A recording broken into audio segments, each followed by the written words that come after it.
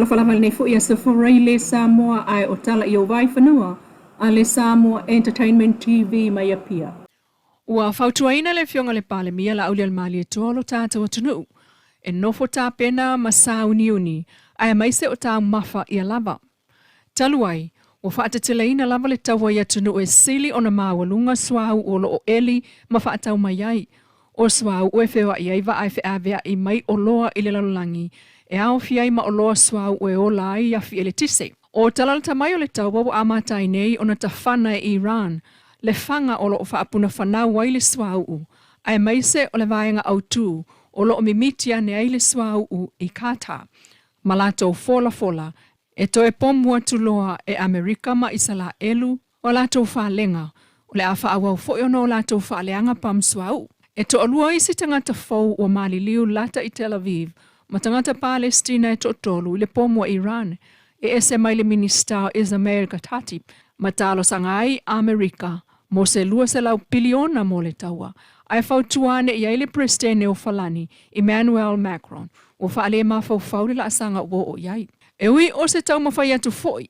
A malo au whaatasi le United Nation ia Amerika ma isala elu ma Iran. E whaamupta iere la tau whaafita uli.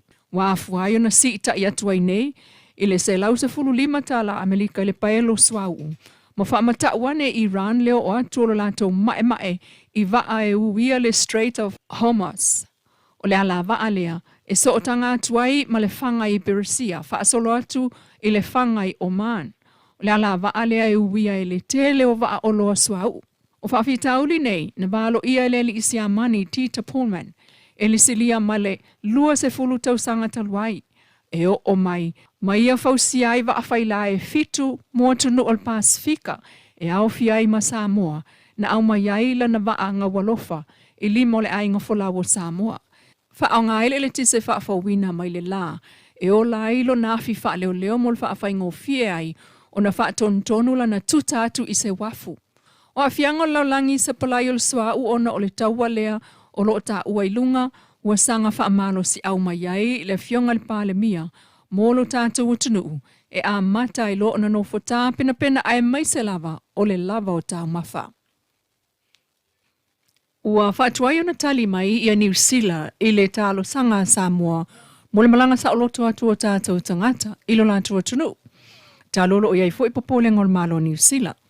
O le isi mafua anga e le o tau mataina lava, o le lata le i le lua afe o tangata o lo nofo whaasoli tu la fono i New Zealand po overstayers a Samoa.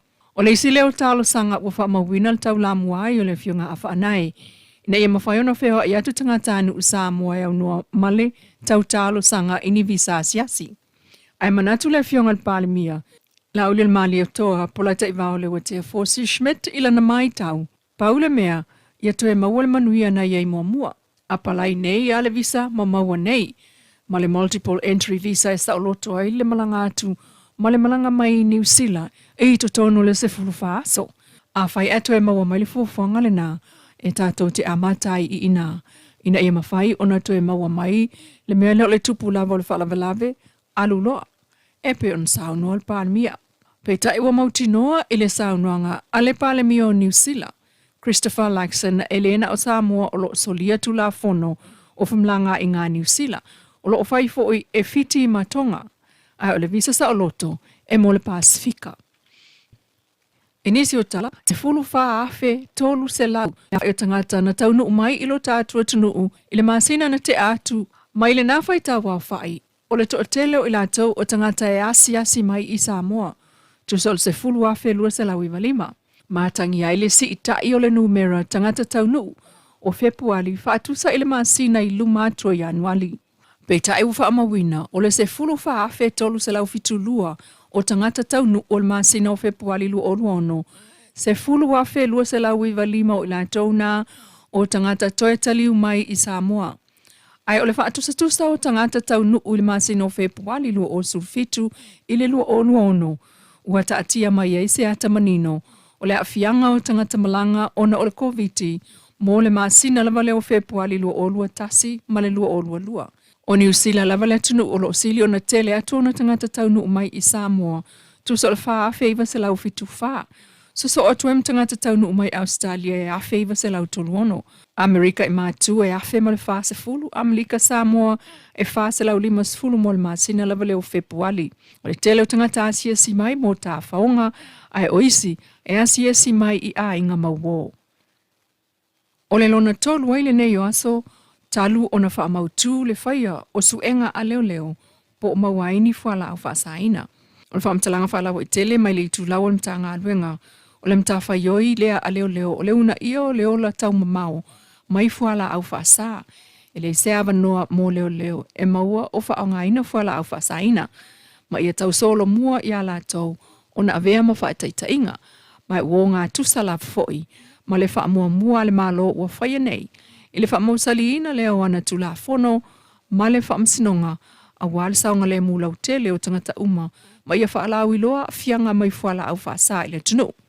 O lo amana ia fo ia le mtanga ruengo leo leo ana paanga o lo ola tau ngā lue whaatasi pea I le taua whaasanga I whala au whaasa. A malu I whale malu fo I whafo wa amata mea ili mtanga ruenga I whaatino lea awala ma le whaamoemoe ia nofo file mua I Samoa. Ua whautuaina le Ia o lea ua mai a mai lea whai vaenga.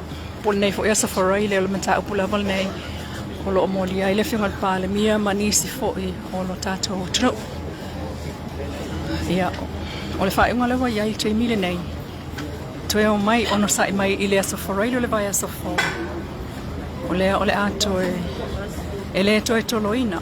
Mai le toe toloina. O le tolonga muli muli le ua whaia nei o le safarai le vai a safo o le a whapeona.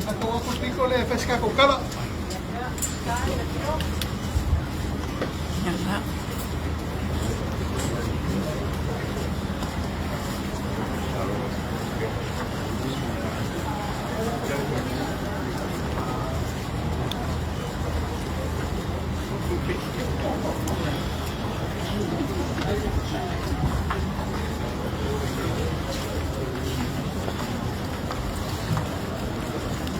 A whauna whatu a e maua mai le tātou whāstalonga tūsao. E o tūlanga le wai nei wato e tolo foi. Wha malulu mai le whiunga le whamsino. Ona e iai lava. E le whaingo fie, le whaingo lana whai unga. Mai o le taimi muli muli le nei, le wato e tolo ai. Ioi. E ui ina malanga mai nisi mo le taimi le nei, whapea o le taimi tonu le nei, iai le ai. Le wha malulu mai I a inga, o wo, ia ai o le mamalu leo fiana iei totonu I le nei au auli ona e iaiawa enga e au ona wha ato otoa le lei e le au ngā fo I ona au maise wha ai unga e le I ato otoa ia o lena ia toi te talo mai ai e fina ngalo mali lie ia na fasilingia fo ia tama ita e loia na fasilingia la mata mai tai loia pe mata e avanoa tai milea mo latou.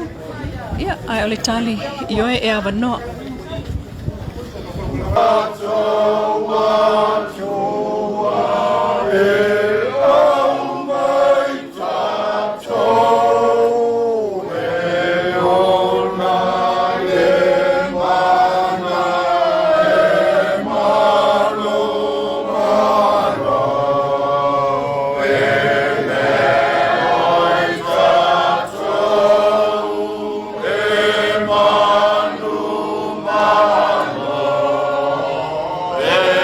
Time.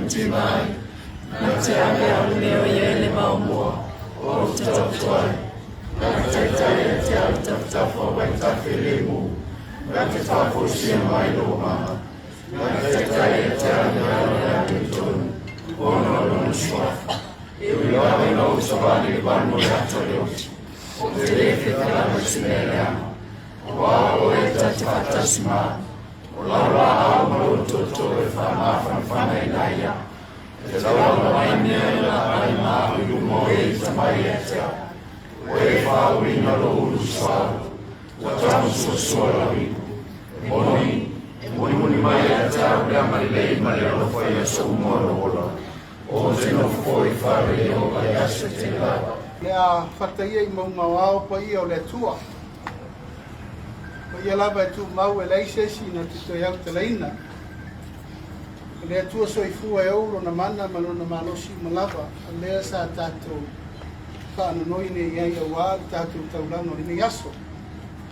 Ia tātou awele iuta. Wa o ia lava o tātou sulfainga. O ia foi o le ala upumoni ma le ola I teimi ma tae ao ma aso papenei. Yellow. Ai le ave ia lo leo e papa yatu le nganga whaaloalo le pai o sio tātou o tunu. Ai mei se ainga pa olo mangafa. Ia pai ia laba lea wa inga ma latu tama ma latu wa inga. So ngatu mua mapule. I tu au ma latu wa inga I le tai ma le vaa o fonti pai o ainga I fia o le tunu. Aingo tupu, aingo nofo, aingo papa ia, ainga te whaiwha. Tā mō potu lava lea. O poolo mangafa. Ia, awale so ma le tātou whilo inga, le maota nei o surufa inga se tātou tunu. Papa ia tu foi le tu vai o le malo, ka o fionga I le sui pārimia. Ministal Kapeneta, Ministal Langolango, Msui no Maruma. Ia, vai ane le maota o le whamasino, o le tasi o poutu toa whatau o ngai o le tātou o tunu. Ia, o leo mo tātou